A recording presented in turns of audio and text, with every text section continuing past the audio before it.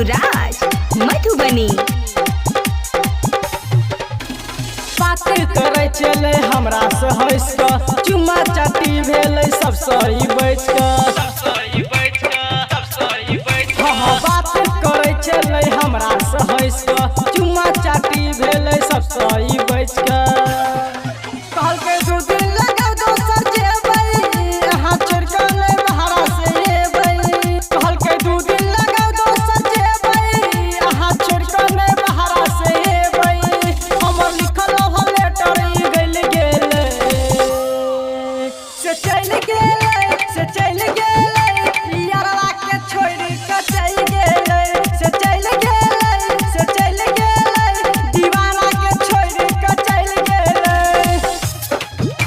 दीवाना के छोड़ के चल गेले दीवाना के छोड़ के चल गेले।